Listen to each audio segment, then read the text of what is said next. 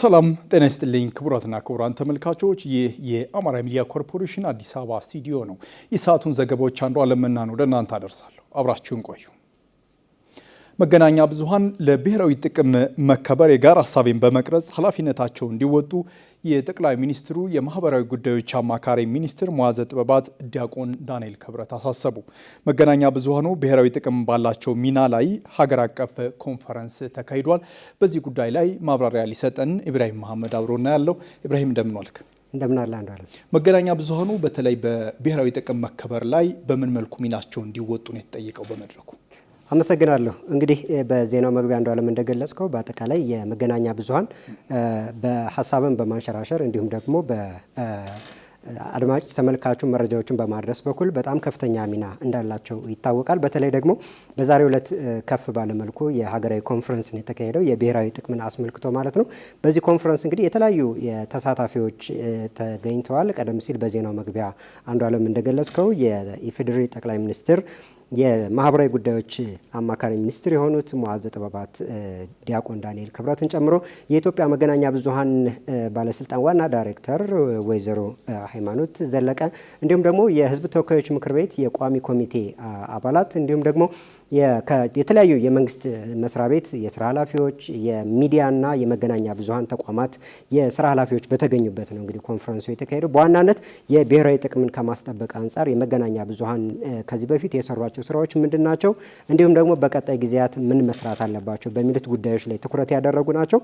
በዋናነት እንግዲህ በውይይቱ የተነሱ ሀሳቦችን ስንመለከት በዋናነት የሚዲያ ሀሳብን በመቅረጽ እንዲሁም ደግሞ በተመልካቾቻቸውና በአድማጮቻቸው እንዲሁም ደግሞ በአንባቢዎቻቸው የሀሳብ ልውውጥን በማካሄድ በኩል ከፍተኛ ድርሻ አላቸው። በተለይ ደግሞ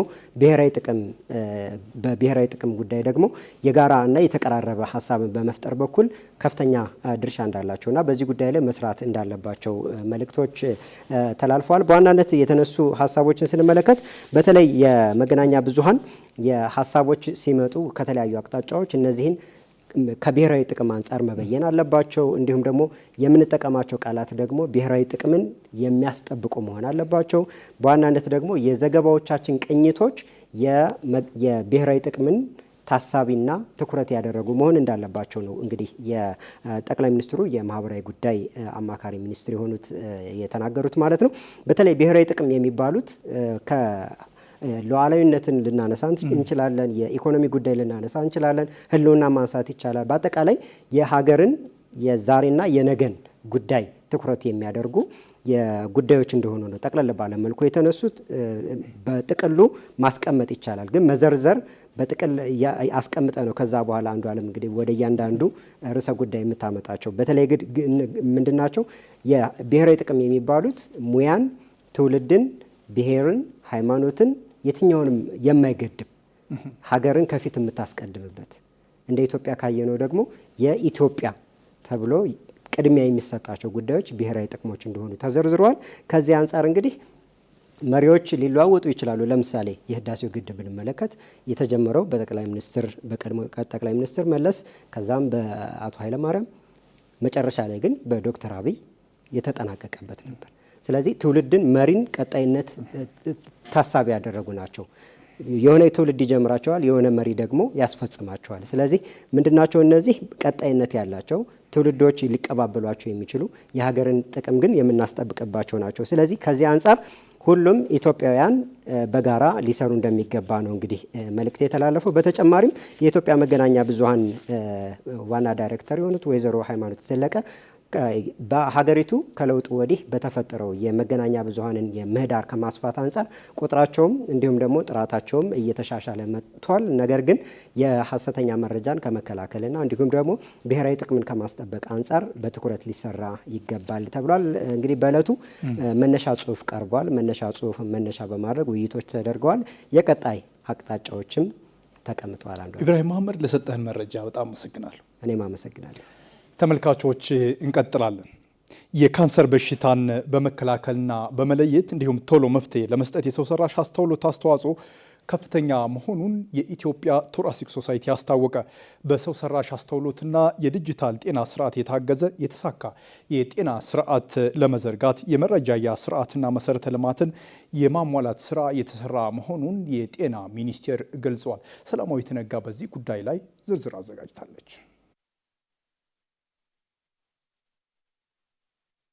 ኤአይ በቃ አጋራችን ነው። ከኛ ጋራ ብዙ ስራ እንሰራለን ብዬ ተስፋ አደርጋለሁ። ልጃቸውን በካንሰር በሽታ ያጡት ወንዱ በቀለ ልጃቸውን ለማሰብና ለሌሎች ለመድረስ ማቴዎስ ወንዱ ፋውንዴሽንን በማቋቋም ለ22 ዓመታት ህዝባቸውን አገልግለዋል።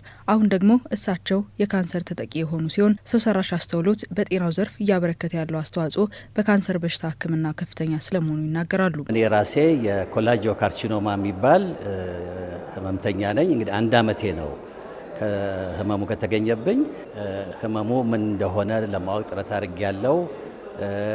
ህንድ ሀገር ድረስ ሄጄ ህመሙ እንዳለብኝ ለማረጋገጥ ፔቲ ስካን ሳይቀር ለመታየት ጥረት አድርጌያለሁ። ይሄ እንግዲህ ዛሬ እየተሰራ ያለው ኤአይ አንድ ሰው 20 ሰው ቢያይ ነው በቀን የዲያግኖስቲክ ማለት ነው፣ በሎዶ ሲቲ ስካን ማለት ነው። ኤአይ ግን 1000 ሰው ያይና ወደ 900 የሚሆኑ ሰዎች ምንም ከሳምባ ካንሰር ጋር ግንኙነት የላቸውም ስለሚባል ያንን ያራግፍልናል። ኤአይ የሰው በጣም አጋር፣ ነገሮችን ቀለል የሚያደርግ፣ ድግግሞችን የሚቀንስ፣ የህክምናውን ውጤት የከፍ የሚያደርግ ስርዓትና ቱል ነው። የሳምባና ጽኑ ህሙማን ላይ ትኩረቱን አድርጎ የሚሰራው የኢትዮጵያ ቶራሲክ ሶሳይቲ ሰው ሰራሽ አስተውሎትና የዲጂታል ጤና ፈጠራዎችን በመጠቀም በሀብት ውስን በሆኑ አካባቢዎች የሳምባና የጽኑ ህክምና አገልግሎትን ማዘመን በሚል መሪ ሀሳብ 12ኛ ዓመታዊ ኮንፈረንሱን ባካሄደበት ወቅት የማህበሩ ፕሬዚዳንት ዶክተር ራሄል አርጋው ሰው ሰራሽ አስተውሎት የካንሰር ህመምን ቀድሞ በመለየት የህክምና አሰጣጡን ቀልጣፋና ተደራሽ በማድረግ አቅም እንደሚፈጥር ተናግረዋል። የካንሰር ህክምናን ቀድሞ ልየታ ላይ ከፍተኛ አስተዋጽኦ ይኖረዋል ብለን እንወስዳለን። ተደራሽነቱን ያሰፋል ማለት ነው። ከዛ ጎን ለጎን ደግሞ ኢቭን የህክምና አሰጣጡ ሂደቱን ቅልጥፍና እንዲኖረውም ያግዛል፣ በእጅጉ ያግዛል ማለት ነው። በኢትዮጵያ ቶራሲክ ሶሳይቲ የሳምባ ካንሰርን ልየታ ለማቀላጠፍ ማለት ነው የኤአይ ፍላግድ ኤክስሬዎች እንላቸዋለን። ኤክስሬን ስክሪን የሚያደርግ ኤአይ አለ እና ያ ኤክስሬን ስክሪን አድርጎ የሳምባ ካንሰር ምልክት ያላቸውን ታካሚዎች ቶሎ ወደ ሪፈራል ሆስፒታሎች እንዲደርሱ እንግዲህ አስተዋጽኦ ያደርጋል ብለን ገና እየፈተሽ ነው ያለ ነው። በቅርብ ጊዜ ውጤቱን ምናየው ይሆናል። በኢትዮጵያ በየዓመቱ 80 ሺህ የሚጠጉ ሰዎች በካንሰር እንደሚያዙ ከጤና ሚኒስቴር ያገኘነው መረጃ ያመለክታል። ካንሰርን ለመከላከል መንግስት የ5 ዓመት ስትራቴጂክ እቅድ አዘጋጅቶ እየሰራ ሲሆን 33 የካንሰር ኬሞቴራፒ ማዕከሎች በኢትዮጵያ ይገኛሉ። ይህንን ስራ በማገዝ ረገድ ሰው ሰራሽ አስተውሎትና ዲጂታል የጤና ስርዓት አስተዋጽኦቸው ከፍተኛ መሆኑን የጤና ሚኒስትር ዴኤታ ዶክተር ደረጀ ድጉማ ገልጸዋል። በሽታዎችን በጊዜ ለመለየት መረጃን መሰረት ያደረገ ውሳኔ ለመወሰንና ቀድሞ ለመከላከል እንዲሁም ህብረተሰቡን ለማስተማር በአጠቃላይ ጥሩና ስኬታማ የጤና ስርዓት ለመገንባት ሰው ሰራሽ አስተውሎትና ዲጂታል የጤና ስርዓት አስተዋጽኦቸው ከፍ ያለ ነው። የኢትዮጵያ ቶራሲክ ሶሳይቲም በተለይም ከመተንፈሻ አካላት ችግሮች ከቲቪ ከሳምባ ካንሰር ጋር በተያያዙ ብዙ እያገዙን ይገኛል። ኢትዮጵያ በጤናው ዘርፍ ላይ እያደረገች ያለው ኢንቨስትመንት የጤና ቱሪዝም ማዕከል ለመሆን እየሰራች ያለውን ስራ እንደሚያግዝ በሰው ሰራሽ አስተውሎትና ዲጂታል የጤና ስርዓት የታገዘ የተሳካ የጤና ስርዓት ለመዘርጋት የመረጃ አያያዝ ስርዓትና መሰረተ ልማት የማሟላት ስራ እየተሰራ መሆኑን ዶክተር ደረጀ ገልጸዋል። ካንሰር አስቀድሞ መከላከል የሚቻልና መዳን የሚችል በመሆኑ ተስፋ መቁረጥ አይገባም ሲሉ አቶ ወንዱ አሳስበዋል። ካንሰር ያው አስቀድሞ መከላከል ይቻላል።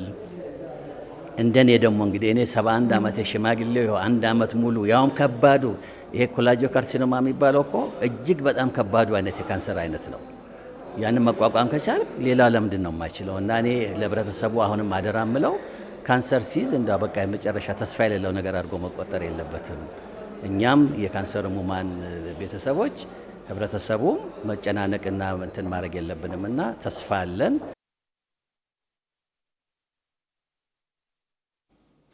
የዱር እንስሳት ጥበቃ ቀጣይነት ያለው የጋራ ጥረትና ሰፊ ኢንቨስትመንት የሚፈልግ ነው ሲሉ የቱሪዝም ሚኒስትር ዴኤታው ስለሺ ግርማ ተናገሩ። የዱር ሕይወት ጥበቃ ማሳደግና ማላቅ የግድ ነው ያሉት ደግሞ የኢትዮጵያ የዱር እንስሳት ጥበቃ ባለስልጣን ዋና ዳይሬክተር አቶ ኩመራ ዋቅጅራ ናቸው። 60 ዓመታት ለኢትዮጵያ የዱር ሕይወት በሚል መሪ ቃል የኢትዮጵያ የዱር እንስሳት ጥበቃ ባለስልጣን 60ኛ ዓመት እየተከበረ ይገኛል። ልነሳ መንግስቴ ተጨማሪ አዘጋጅተዋል። ኢትዮጵያ የዱር ሕይወትን መጠበቅና መንከባከብ ከቀደምት ታሪኳና ባህሏ ጋር በእጅጉ የተቆራኘና ረዥም ዘመናትን ያስቆጠረ ልምድ ያላት ሀገር ስትሆን የዱር እንስሳትን ተፈጥሯዊ የመኖሪያ አካባቢያቸውን ተቋማዊ ቅርጽ ባለው መልኩ ለመጠበቅ ጉዞ የተጀመረው በ1958 ዓ ም በተለይ የኢትዮጵያ ዱር አራዊት ጥበቃ ድርጅት በማቋቋም እንደነበር ከተቋሙ የተገኘው መረጃ ያመላክታል። 60 ዓመታት ለኢትዮጵያ የዱር ሕይወት በሚል መሪ ቃል የኢትዮጵያ የዱር እንስሳት ጥበቃ ባለስልጣን 60ኛ ዓመት እየተከበረ ሲሆን በእነዚህ ዓመታት ጉዞው በተፈጥሮ ጥበቃ መስክ ታላላቅ ስኬቶችን ማስመዝገቡን የባለስልጣኑ ዋና ዳይሬክተር አቶ ኩመራ ዋቅጅራ ገልጸዋል። ተቋማችን የዱር እንስሳት ጥበቃ ቦታዎችን በጥናት በማቋቋም ለክልሎችና ከአካባቢ ህብረተሰብ ጋር በመተባበር እንዲጠበቁ እንዲለሙ ጥረት ሲደረግ ቆይተዋል።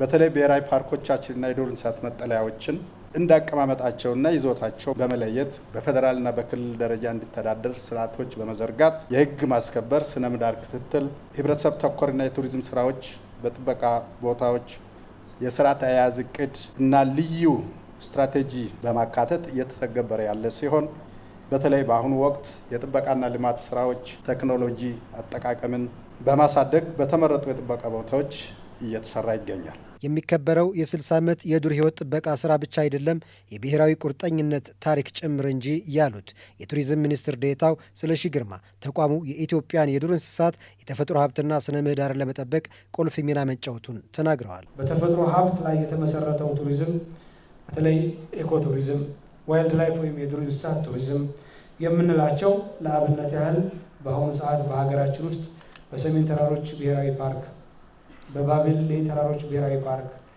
በነጭ ሳር ብሔራዊ ፓርክ፣ አሁን ደግሞ የልማት ስራ የተሰራበት በጨበራ ጩርጩራና በሌሎች ጥብቅ ቦታዎችም ጭምር በበርካታ ቱሪስቶች መጎብኘት እንዲችል ለአካባቢው ህብረተሰብ የስራ ዕድልና የኑሮ ማሻሻያ አማራጭ እንዲፈጥር የውጭ ምንዛሬ በቀላሉ እንድናገኝ ኢትዮጵያ ከምትታወቅበት የታሪክና የባህል እሴቶች በተጨማሪ በቀላሉ ባላት የተፈጥሮ ሀብት የዱር እንስሳት ብርቅዬ ሀብቶች በዓለም አቀፍ ደረጃ ተወዳዳሪ የቱሪስት መዳረሻ እንድትሆን አስችሏታል።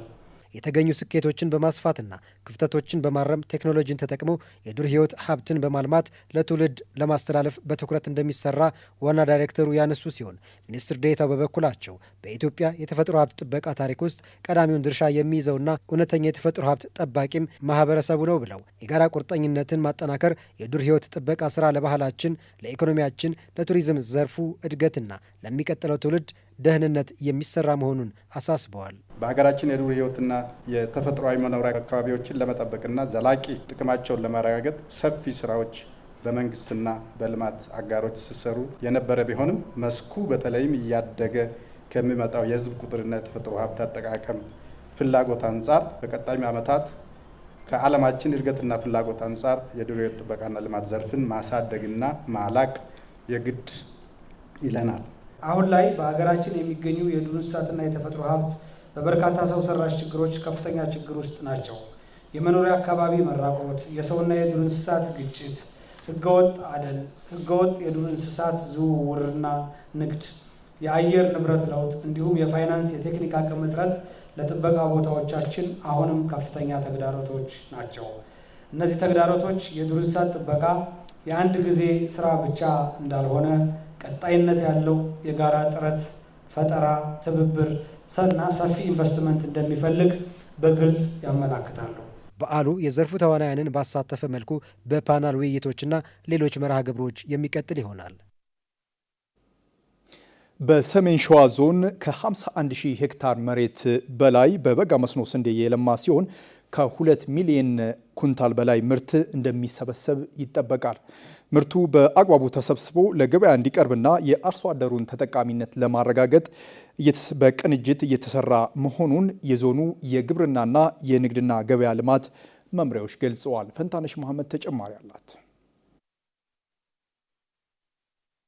በግብርናው ዘርፍ ትኩረት ተሰጥቶ የተሰራባቸው ካሉት መካከል የበጋ የስንዴ መስኖ አንዱ ነው። በሰሜን ሸዋ ዞን 52000 የሚጠጋ ሄክታር መሬት በበጋ የመስኖ ስንዴ እየለማ መሆኑን የዞኑ ግብርና መምሪያ መረጃ አመላካች ነው። የበጋ የመስኖ ስንዴ ከሚለማባቸው ወረዳዎች መካከል አሳግርት ወረዳ ተጠቃሽ ነው። በወረዳው 2000 የሚጠጋ ሄክታር መሬት በበጋ የመስኖ ስንዴ እየለማ መሆኑን የወረዳው ግብርና ጽሕፈት ቤት ኃላፊ አቶ ወሰን ያንበርብር ለአሚኮ ተናግረዋል። የመስኖ መሬታችን ከጊዜ ወደ ጊዜ እያደገ የመጣበት ሁኔታ ነው ያለው። ዘንድሮ ላይ ሆነን ስናየው የመስኖ መሬታችን በአጠቃላይ ወደ 1485 በመስኖ የሚለማ መሬት አለን። በሰሜን ሸዋ ዞን ከ50,000 ሄክታር በላይ መሬት በበጋ የመስኖ ስንዴ ለማልማት ታቅዶ ከ51,000 ሄክታር በላይ የሚሆነው በበጋ የመስኖ ስንዴ መልማቱን የዞኑ ግብርና መምሪያ የመስኖ አግሮኖሚስት ዘሩ ገረመው ለአሚኮ ተናግረዋል። በቅድ ደረጃ ከ50,500 ሄክታር አካባቢ ለመስኖ ስንዴ በበጋ መስኖና ለባለን ብለን ቢዘን በሰፊው ወደ ስራ ገብተን ነበረ። በተለይ ከንቅናቄ ጀምሮ 23ቱም ወረዳዎች በሰፊው የንቅናቄ ስራ ተሰርቶ ኦልሞስት ወደ 51966 ሄክታር አካባቢ በበጋ መስኖ ስንዴ ተሸፍኗል። በመስኖ ከሚለማው መሬት ከ2 ሚሊዮን ኩንታል በላይ ምርት እንደሚጠበቅም ባለሙያው ገልጸዋል። ይሄ አሁን ባለው የአብዛኛው የስታንዱ በጥሩ ደረጃ ላይ ነው ያለው። በተገቢ መንገድ እንክብካቤ የተደረገለት ነው። የግብአት አቅርቦት በሁሉም በተሟላ ሁኔታ በጥሩ ሁኔታ እንዳለ ነው የያዝ ነው። እኛ ይህንን የሚለማ የበጋ የመስኖ ስንዴ የገበያ ትስስር በመፍጠር አርሶ አደሩን ተጠቃሚ በማድረግ በኩል ትኩረት ሰጥቶ እንደሚሰራ የዞኑ ንግድና ገበያ ልማት መምሪያ የሰብልና ኢንዱስትሪ ምርት ግብይት ባለሙያ አቶ ጌታነ ሙሉ ለአሚኮ ተናግረዋል። እንግዲህ በመኸሩ የጀመሩ ነገር አለ። መኸሩ ላይ ምንድነው መድረኮችን ነው የተሰሩት። መድረኮች እንግዲህ በማሳም በቁመናም የማሳየት ስራ ተሰርተዋል። በተለይ እነዚህ ፋብሪካ እንትኖች ስራ አስኪያጆች፣ ባለሙያዎች እና ሌሎች ምርት ተቀባዮችን የሚያማከለ ባለሙያዎችን ያማከለ ያው በማሳ የተደገፈ እንደገና በመድረክም የተደገፈ ውይይት ተደርጓል። ምርቱንም አይተዋል። አሁን የመኸሩን እየገዙ ነው። ምናልባት በቀጣይም እንደዚህ አይነት ትስስሮች ምናልባት ምርቱ እየገፋ ከመጣ መድረኮች ያስፈልጋሉ። ግን ያለፈው የመኸሩን ስለሰራን የመኸሩን መሰረት አድርገን አሁን ሰፊ ትስስር እየተሰራ ነው እና ወደ 700,000 ኩንታል አሁን ወደ ፋብሪካ የገባበት ሁኔታ አለ። ይህንንም አሁን አጠናክረን እንቀጥላለን። የስንዴ ምርት ትስስሩ ከክልሉም አልፎ በሌሎች ክልሎችና ከተሞች ትስስሩ እንደሚፈጠር የገለጹት አቶ ጌታነህ ትስስሩ ተጠናክሮ እንደሚቀጥልም አክለዋል። ፋብሪካዎቻችን ምርቱን ይፈልጉታል። ክልሉ ብቻ አይደለም ምርቱ ክልሉ ውስጥ ብቻ አይደለም፣ እስከ አዳማ ድረስ ነው የምንሄደው። አዳማ ይሄዳል፣ አዲስ አበባ አካባቢ ይሄዳል። ይህ መረጃ አጠናክረን እንይዛለን። እኛ ምርታችን ወዴት ነው የሚሄደው? መዳረሻችን እያጠና ነው። ደሴ ይሄዳል። ስለዚህ ይህንን ከዞናችንም አልፈን ትስስሩን እንሰራለን። የበጋ የመስኖ ስንዴ በስፋት በማልማት አርሶ አደሩ ተጠቃሚ መሆኑን የዞኑ ግብርና መምሪያ መረጃ ያመላክታል።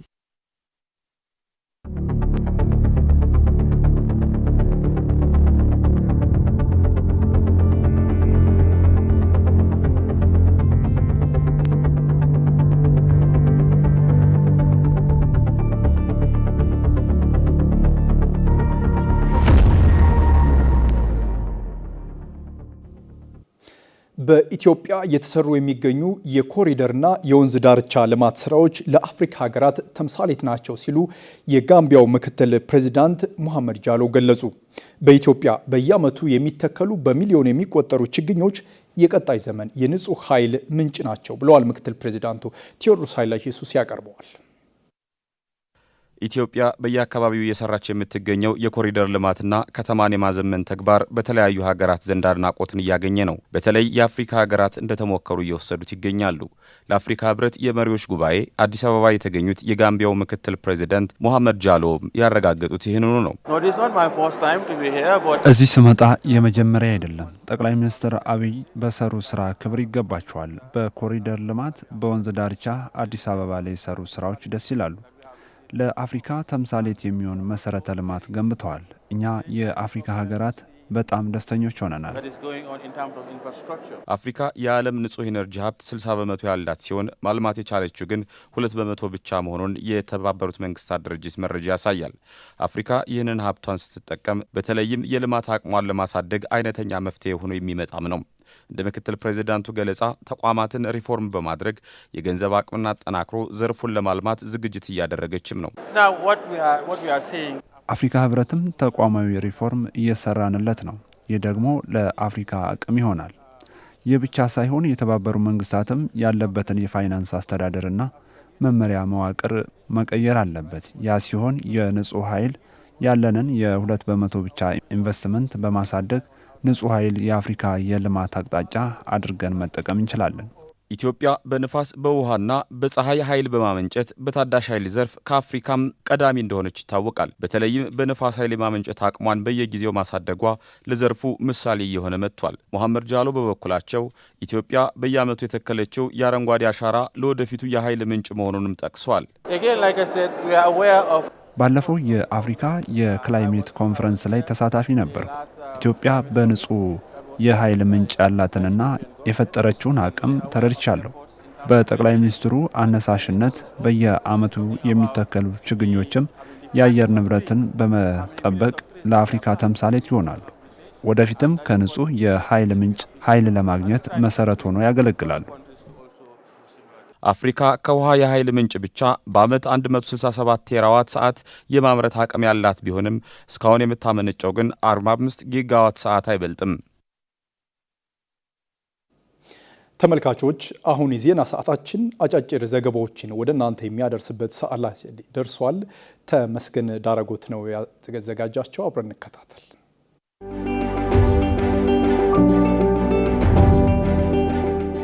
የፋይዳ ብሔራዊ ዲጂታል መታወቂያ ለጸጥታና ደህንነት ተቋማት ስራ ስኬታማነት ያለው ፋይዳ የላቀ መሆኑን የኢትዮጵያ ፌዴራል ፖሊስ ኮሚሽነር ጄኔራል ደመላሽ ገብረ ሚካኤል ገለጹ።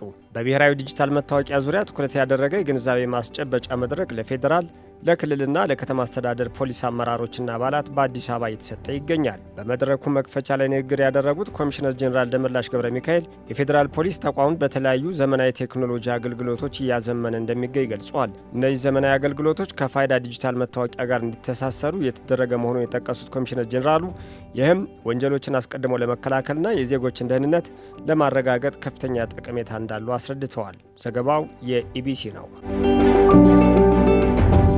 ሴቶች ያላቸውን አቅምና እውቀት ለዘላቂ ሀገራዊ እድገት መጠናከር ማበርከት እንደሚጠበቅባቸው የመንግስት ኮሚኒኬሽን አገልግሎት ሚኒስትር እናትአለም መለሰ አመለከቱ። 50 ዓመት የሴቶች ድምፅ ለእኩልነትና ለበለጸገች ኢትዮጵያ በሚል መሪ ሀሳብ የተዘጋጀ ዓለም አቀፍ የሴቶች ቀን በዋቸሞ ዩኒቨርሲቲ እየተከበረ ይገኛል። በወቅቱም የኢፌዴሪ የመንግስት ኮሚኒኬሽን አገልግሎት ሚኒስትር እናትአለም መለሰ እንዳሉት ሴቶች ያላቸውን እምቅ አቅምና እውቀት ለዘላቂ ሀገራዊ እድገት መጠናከር ማበርከት ይጠበቅባቸዋል ብለዋል። ሴቶች ዛሬ ለደረሱበት የእኩል ተሳትፎና ተጠቃሚነት መረጋገጥ በርካታ ትግል ስለመደረጉም አስታውሰዋል። ዘገባው ኢዜአ ነው። የፖለቲካ ፓርቲዎች በምርጫ ቅስቀሳ ወቅት የሀገርን አንድነት፣ ብሔራዊ ጥቅምና ልዕልናን በሚያስጠብቁ አጀንዳዎች ላይ ሊያተኩር እንደሚገባ ምሁራን ተናገሩ።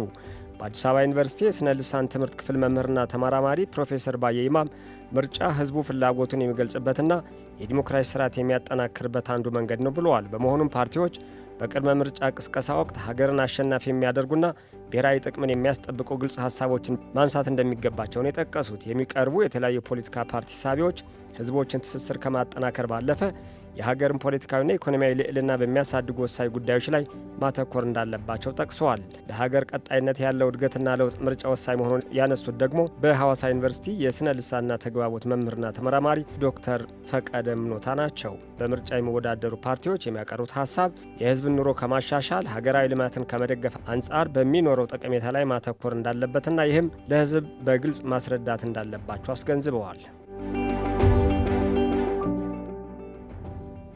ተመልካቾች ማናቸውንም የአማራ ሚዲያ ኮርፖሬሽን ዝግጅቶች በቀጥታ መከታተል ስትፈልጉ ከአሚኮ ላይቭ መተግበሪያ ላይ ማግኘት ትችላላችሁ። ከአሚኮ አዲስ አበባ ስቱዲዮ ለሰዓቱ የተዘጋጁ ዘገባዎችን ይህን ይመስላሉ። ዘገባዎቹን አንዷለም ወደ እናንተ አደረስኩ። አብራችሁ ስለነበራችሁ ስለተከታተላችሁን አመሰግናለሁ። ጤና ይስጥልኝ።